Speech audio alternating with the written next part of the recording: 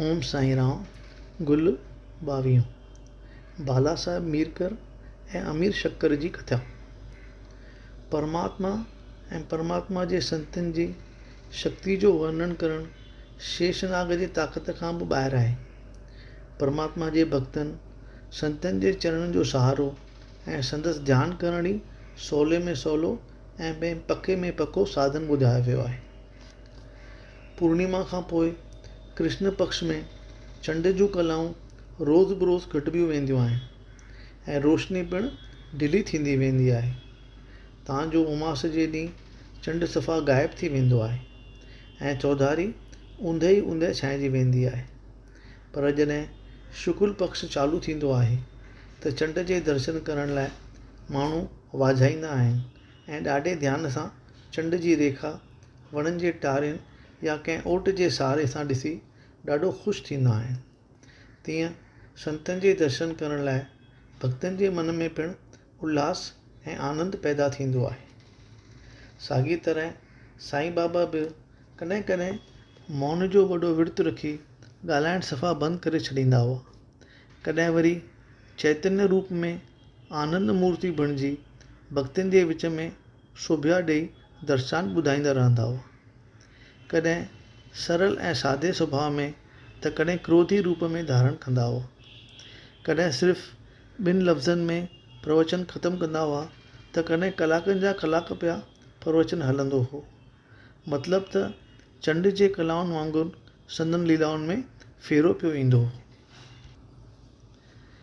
काका साहिब जो पुत्र बाला साहिब मीरकर कोपरगांव जो ममलदार गश्त ते निकितो ऐं चितली शहर ॾांहुं वञी रहियो हो। वाट ते शिरडी में साईं बाबा जे दर्शन करण लाइ आयो ऐं चरण वंदना करे हमेशह वांगुरु ख़ुशख़बरी ऐं समाचार ॾियणु ऐं वठणु लॻो। ओचितो बाबा जिन चयुसि त तोखे पंहिंजी द्वारका माई खे ख़बर आहे? सुवाल में मतिलबु न सम्झी हू चुप रहियो। बाबा जिन वरी चयुसि त जिते तूं वेठो आहीं उहा द्वारका माई आहे। जेके द्वारका माई जे गोद में विहनि था तिन जा सभु दुख कठिनायूं उहो दूरि कंदी आहे। हीअ मस्जिद माई ॾाढी दयालु आहे। सलल हिदर वारे भक्तनि जी माउ वांगुरु उन्हनि जी रक्षा ज़रूरु कंदी ऐं संदन सभु कष्ट दूरि कंदी। जेको हिन द्वारका माई जी छत्र छाया में विश्राम वठंदो उनखे सुख आनंद जी प्राप्ति थींदी। ईअं चई हिन खे ऊधी प्रसाद ॾेई संदसि मथे ते हथु रखी खेर आशीर्वाद ॾिनऊं। जॾहिं हू वञण लाइ खड़ो थियो त बाबा जिन चयुसि त तुंहिंजी लंबे बाबा नांग सां वाक़फ़ियत आहे? ईअं चई पंहिंजी खाॿी मुठि बंदि करे साॼे हथ जी करलाई वटि झले नांग वांगुरु उनखे हलाए चयूं त नांग ॾाढो भयंकर आहे, पर द्वारका माई जिन प्यारनि जी रक्षा कंदी तिन खे नांग छा करे सघंदो? बाबा जिन जी हीअ पिरोली को बि सम्झी कीन सघियो ऐं न वरी कंहिंखे पुछण जी हिमत थी। आख़िर में बाबा जिन शामा खे सॾाए चयो त बाला साहिब सां गॾिजी चितले शहर जी वञी यात्रा करे अचु। शामा इहा ॻाल्हि बाला साहिब सां कई त हिन चयो त रस्तो ओणांगो आहे, तंहिं करे अव्हांखे तकलीफ़ वठणु न घुरिजे। जॾहिं शामा वञी बाबा जिन खे इहो ॿुधायो त बाबा जिन चयो चङो ठीकु आहे न वञ, पर सदाईं पूरो मतिलबु सम्झी श्रेष्ठ कमु करणु घुरिजे। जेकी थियणो आहे सो अवसि थींदो। हेॾां बाला साहिब जो ख़्यालु बदिलियो ऐं शामा खे चयईं त मूं सां गॾिजी हलो। शामा वरी बाबा जिन खां आॻियां वठी बाला साहिब सां टांगे में चढ़ी रवानो थियो। राति जो 9 बजे चितली में पहुता ऐं मारुति मंदर में वञी लथा। बाला साहिब जा ऑफिस वारा कमु कंदड़ अञा उते कीअं न पहुता हुआ, तंहिं करे पाण में थोरी ॻाल्हि ॿोल करे बाला साहिब रोज़ानी अख़बार खोले तॾे ते रखी पढ़णु लॻो। बाला साहिब जे धोतीअ जो मथियों छेड़ो संदसि चेल्हि जे मथां ई हो, जंहिंमें हिकु नांग पंहिंजे आवाज़ कंदो सुरणु लॻो। आवाज़ ते चपरासी डोड़ी लालटेन बत्ती खणी आया ऐं नांग ॾिसी वॾे आवाज़ सां नांग नांग पुकारणु लॻा। बाला साहिब डप विचां ॾकणु लॻो ऐं शामा बि अजब में पइजी वियो। ॿिया माण्हू पिणु हथ में लठियूं खणी बीठा त नांग खे मारियूं। नांग आहिस्ते आहिस्ते बाला साहिब जी कमर तां हेठि लथो त सभिनी लठियूं हणी मारे विधुसि। बाला साहिब खे उते साईं बाबा जा वचन यादि आया त नांग ॾाढो भयंकर आहे, पर जिन जी द्वारका माई रक्षा कंदी तिन खे नांग छा करे सघंदो। यानी साईं बाबा जी अगकथी पूरी निकिती ऐं बाला साहिब जी बि रक्षा थी। उन वाक़े बैदि बाला साहिब जो बाबा जिन में विश्वास हेखारी वधी वियो।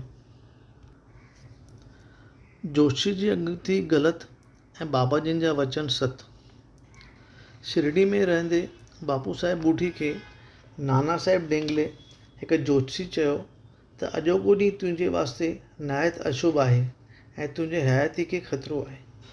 इहो ॿुधी बापू साहिब जा ढढर डरा थी विया ऐं जल्दी साईं बाबा जे दर्शन लाइ आयो त बाबा जिन चयसि त नाना जोशी अॼु तुंहिंजे मौत जी अगकथी करे रहियो आहे, लेकिन तूं ज़रो बि डिॼ न, घबराइजी न। जोशी खे पाण दॿाए वञी चयो त ॾिसां त काल मूंखे कहिड़ी तरह थो ख़तमु करे। शाम जो जॾहिं बापू साहिब सनान जाइ में वियो त हिकु नांग ॾिसण में आयुसि। संदसि नौकर बि नांग खे ॾिसी उनखे मारण वास्ते हिकु वॾो पथर खंयो। बापू साहिब हिकु डिघी लकड़ी खणी अचण लाइ खेसि चयो, पर लकड़ी अचे तंहिंखां अॻे ई नांग तिखो तिखो सिरकंदो वियो ऐं नज़र खां ग़ाइबु थी वियो। मतिलबु त बाबा जिन जा वचन सत निकिता ऐं जोशी जी अगकथी ग़लति साबित थी ऐं बापू साहिब जो सदक बाबा जिन में वधियो। अमीर शक्कर जो रोग मिटाइण ऐं नांग खां संदसि बचाव करणु। कुरले गांव जो अमीर शक्कर जात जो कासाई हो ऐं बांद्रा में दलाली जो धंधो करण करे चङो मशहूरु हो। हिकु भेरे गाठिया जे रोग में अड़िजी वियो, जो खेसि चङी पीड़ा ॾियणु लॻो ऐं धंधो छॾे ख़ुदा जे संत साईं बाबा वटि दुख जी निवृत्ति लाइ अची क़दमुसी कयईं। बाबा जिन खेसि अवल चावड़ी में रहण जी आज्ञा ॾिनी, पर उहा जाइ बीमार माण्हुनि जे रहण लाइ ठीकु कान हुई। जेतोणीकि हिन जो शिरडी में ॿिए कंहिं जाइ ते बंदोबस्तु थी पिए सघियो, पर बाबा जिन आज्ञा मूजिबि खेसि चावड़ी में जाइ में ई रहणो पियो। बाबा जिन वरी हुकुम कयसि त मस्जिद में अंदरि न अचिजे। हिन खे कुझु फ़ाइदो ॾिसण में आयो। हू सुबुह ऐं शाम जो चावड़ी मां निकिरी दर्शन लाइ ईंदो हो ऐं ॿियनि माण्हुनि जे सर्ग सां गॾु मोटी ईंदो हो। इन्हीअ तरह हू पूरा 9 महीना शिरडी में गुज़ारिया ऐं बिल्कुलु ठीकु ठाक थी वियो। हिकु ॾींहुं पंहिंजे मन जे चए ते लॻी बाबा जिन जी आज्ञा खां सवाइ रातो राति चावड़ी छॾे कोपरगांव जी धर्मशाला में वञी रहियो। उते पहुचण शर्त ॾिठईं त हिकु फ़क़ीर पाणी घुरी रहियो आहे। हिन खेसि पाणी पीअण लाइ ॾिनो, पर अजब इहो थियो जो पाणी पीअण शर्त उहो फ़क़ीर किरी पियो ऐं मरी वियो। अमीर शक्कर जा हौसला ख़ता थी विया त हाणे मां छा कयां। पुलिस में जे रिपोर्ट थो करियां त अवल त मूंखे ॾोही ठाराईंदा त या त तो फ़क़ीर खे मारियो आहे या तोखे पूरी ख़बर हूंदी त कंहिं खेसि मारियो आहे, यानी त ॿिन्ही ॻाल्हियुनि में फांसी मुंहिंजे गले में अची पवंदी। उते हिन जो होश ठिकाणे आयो ऐं पछताए चयईं त मूं वॾी ग़लती कई जो बाबा जिन जी आज्ञा मिलण खां सवाइ हिते हलियो आयुसि। हिन साईं बाबा मुंहिंजो गुनाह माफ़ु कयो। मां मोटी अव्हांजे चरण में अची पवां थो, कृपा करे मुंहिंजो बचाउ कयो। मतिलबु त ओॾी महिल ई टपर टेड़े उतां निकितो ऐं सुबुह थियण खां अॻे अची शिरडी पहुतो ऐं साॻे चावड़ी में अची रहियो। फ़क़ीर जे मौत जी चिंता बि लही वियसि ऐं अॻे खां उघरो ऐं नौबोनो थी पियो। ॿिए वक़्तु आधी राति जो बाबा जिन आवाज़ु कयो त अड़े अब्दुल, मुंहिंजे बिस्तरे ते को दुष्ट प्राणी चढ़ी रहियो आहे। अब्दुल शामियादाना खणी आयो, पर कुझु बि ॾिसण में कीन आयुसि। बाबा जिन चयसि त चङी तरह कुंड पासा जाचे ॾिस ऐं पाण बि पंहिंजो लकुणु धरती ते ठोकींदा रहिया। इहा लीला ॾिसी अमीर शुक्र सम्झो त थी सघे थो बाबा जिन कंहिं नांग जे हलण जो शक ऐं डपु विचां इहे अख़र चया आहिनि, पर हक़ीक़त में हिकु नांग अमीर शक्कर जे बिस्तरे जे भरिसां छप मारे वेठल ॾिठो वियो, जंहिंखे पोइ मारे विधऊं।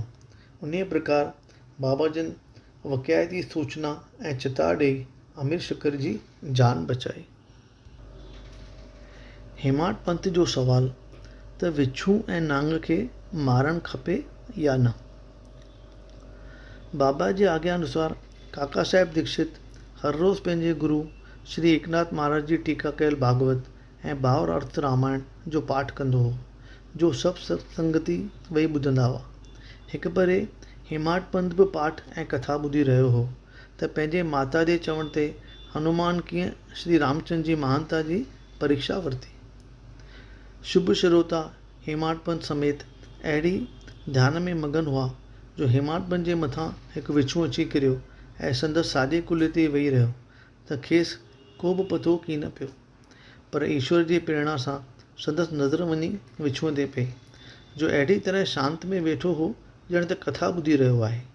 हेमाड पंथ बिना कंहिं आवाज़ करण ऐं सत्संग में विघण न विझण जे ख़्याल खां कुल्हे में पियल पोछण जे ॿिनि छेड़नि में विछूअ खे काबू करे माठ बीठ में उथी ॿाहिरि बाग़ में फिटो करे मोटी अची कथा ॿुधण वेठो। ॿिए भेरे वरी संध्या महिल हेमाड पंथ वाड़े जे मथे भाङे में वेठो हो त हिकु नांग दरी जे टुंग सां अंदरि घिड़ी आयो ऐं पंडी मारे फण कढी हलणु लॻो। जॾहिं बती ॿारे आया तॾहिं दरीअ ते कुंड में वेठल नांग ॾिठऊं। हे यकदमि डोड़ी पाए लठियूं वग़ैरह खणी आया, पर नांग दरी जे कुंड में अहिड़ो त बचाव में वेठो हो जो उते लठ जो ढकु हणी न पिए सघिया। पोइ शोर मचाइण ते नांग वरी साॻे बर मां मोटी ॿाहिरि हलियो वियो। तॾहिं सभिनी सामत जो साहु खंयो। भक्त मुक्ताराम चयो त चङो थियो जो नांग जी जान बची वई। हेमाड पंथ मोट में चयो त नांग वग़ैरह खे मारणु त वाजिबु आहे। हुन सवाल ते के मुक्ताराम सां त के हेमाड पंथ सां शामिल रहिया थिया ऐं घटि वक़्त ताईं वाद विवाद करण खां पोइ ॿिए ॾींहं ते इहा चर्चा महवल करे उथिया। ॿिए ॾींहुं उहो सुवालु बाबा जिन अॻियां उथारियो वियो। बाबा जिन फरमायो त ईश्वर नांग विछूं आदि सभिनी जीवन में वसे थो ऐं संदसि संभाल लहे थो। ईश्वर जी इच्छा खां सवाइ को बि कंहिंखे नुक़सानु नथो पहुचाए सघे। असीं सभु प्राणी हुन सर्वशक्तिमान परमात्मा जे आधीन ऐं हथ हेठि आहियूं। तंहिं करे असांखे सभिनी प्राणियुनि ते दया करणु जुॻाए ऐं जोश कावड़ जो त्याग करे शांत चित थी जीवन व्यतीत करणु घुरिजे। ईश्वर सभिनी जी रक्षा कंदड़ आहे। ओम साईं राम। गुल 22 पूरो थियो।